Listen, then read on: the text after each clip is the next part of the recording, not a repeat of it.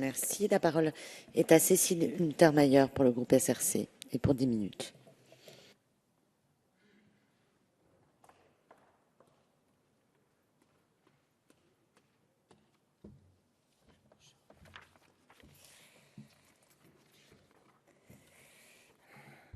Madame la Présidente, Madame la Ministre, Monsieur le Président de la Commission des lois, mes chers collègues, pour un texte qui a l'ambition de simplifier et de moderniser notre justice et les affaires intérieures, son parcours parlementaire, et ce n'est rien de le dire, n'a pas été simple.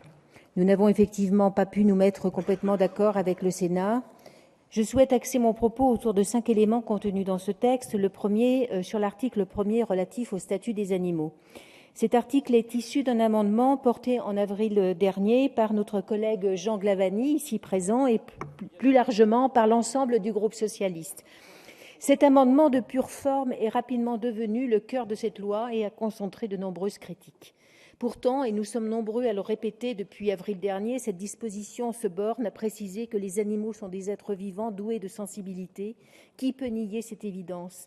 Qui peut soutenir que les animaux ne sont pas doués de sensibilité? Même le Code rural et de la pêche maritime le reconnaît à son article L214-1. Et c'est d'ailleurs pour aligner les dispositions du Code civil sur celles de cette législation que cet amendement a été voté au printemps dernier. En harmonisant les législations existantes relatives aux animaux, nous prévenons toute interprétation divergente de la part du juge. C'est cela aussi simplifié. Alors, dorénavant, cet article précise que les animaux sont des êtres vivants doués de sensibilité. Sous réserve des lois qui les protègent, les animaux sont soumis au régime des biens. En supprimant le terme « corporel », nous avons levé toute ambiguïté. Le régime juridique applicable aux animaux est celui qui est applicable aux biens, à savoir le régime des biens meubles ou immeubles par destination. En bref, aucun bouleversement juridique d'ampleur n'est à attendre de cette rédaction. Le Sénat a refusé de voter cette mesure législative d'harmonisation entre les textes. Nous faisons le choix de la simplification et c'est pour cela que je vous invite, mes chers collègues, à valider le travail que nous avons mené sur cet amendement. En deuxième lieu, ce projet de loi donne habilitation au gouvernement pour réformer par ordonnance le droit des obligations, le droit des contrats et le droit de la preuve. Le constat est presque unanime, ces parties du Code civil appellent une complète remise à plat.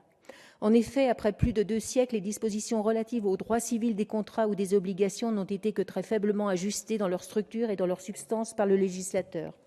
Ce faisant, c'est le juge qui s'est chargé, au prix de nombreuses applications jurisprudentielles, de faire évoluer la législation originelle pour l'adapter à notre monde contemporain.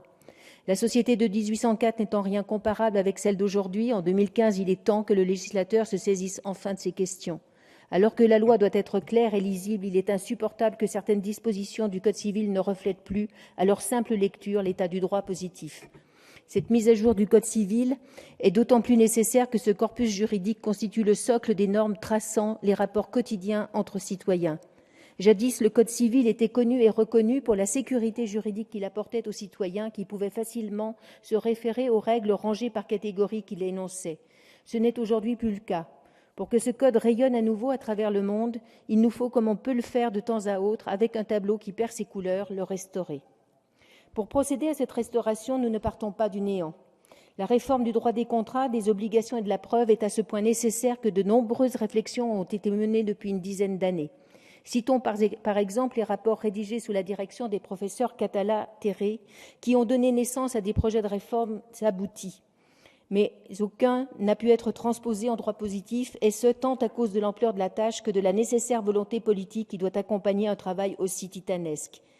Après toutes ces années de débat sur le contenu d'une réforme du droit des contrats, des obligations et de la preuve, le fruit est enfin mûr pour être adopté. Il nous faut faire aboutir ce projet, devenu au cours de la dernière décennie un véritable serpent de mer. Cette nécessité de la réforme du droit civil, des contrats, des obligations et de la preuve, nous la partageons sur tous les bancs de cette Assemblée, voire ceux du Sénat. Mais c'est sur la méthode que nous divergeons. Devons-nous donner une habilitation au gouvernement pour réformer par ordonnance un sujet aussi crucial pour la vie quotidienne de nos concitoyens? Il est d'usage de dire que le recours aux ordonnances se justifie dans 2 hypothèses, lorsqu'il est traité d'un sujet particulièrement technique ou en cas d'urgence. Personne ne contestera la technicité d'une réforme du droit civil des contrats et des obligations. Mais cet argument serait, à mon sens, insuffisant pour accorder une habilitation devant l'enjeu fondamental que représente une telle réforme pour nos concitoyens. Non, ce qui nous pousse à permettre au gouvernement de légiférer par voie d'ordonnance en la matière, c'est l'urgence de l'intervention de cette réforme attendue depuis tant d'années. Si nous repoussions la demande d'habilitation du gouvernement, cette réforme du Code civil ne serait pas adoptée durant cette législature. Nous pourrions l'adopter durant la prochaine législature, mais ce serait encore repoussé de quelques années avec des incertitudes, cette réforme absolument essentielle.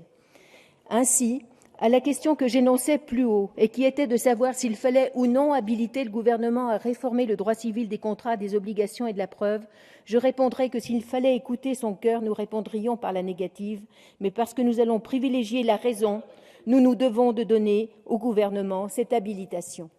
En troisième lieu, je tiens à souligner que ce texte doit permettre à la démocratie numérique de progresser encore avec, par exemple, l'habilitation donnée au gouvernement de réformer le code de la route pour permettre enfin à l'automobiliste d'obtenir sous format électronique son solde de points ou les décisions portant retrait de points dont il a fait l'objet.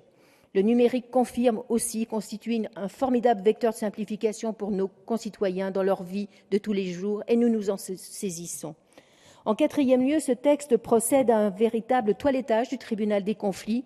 Cette modernisation doit être saluée dès lors qu'elle dote, d'une part, ce juge de la compétence d'un véritable président, tout en tranchant le lien hiérarchique, certes tenu, qui existait jusqu'alors avec le garde des Sceaux. D'autre part, parce qu'elle lève toute ambivalence sur le rôle exercé par celui qu'il conviendra désormais d'appeler le rapporteur public, en reléguant dans le passé son ancienne dénomination ambiguë de commissaire du gouvernement. C'est à la suite d'un amendement porté par le groupe socialiste que ce changement de nom a été opéré et je m'en félicite dès lors qu'il aligne aussi cette appellation sur celle qui accourt devant les juridictions administratives de droit commun.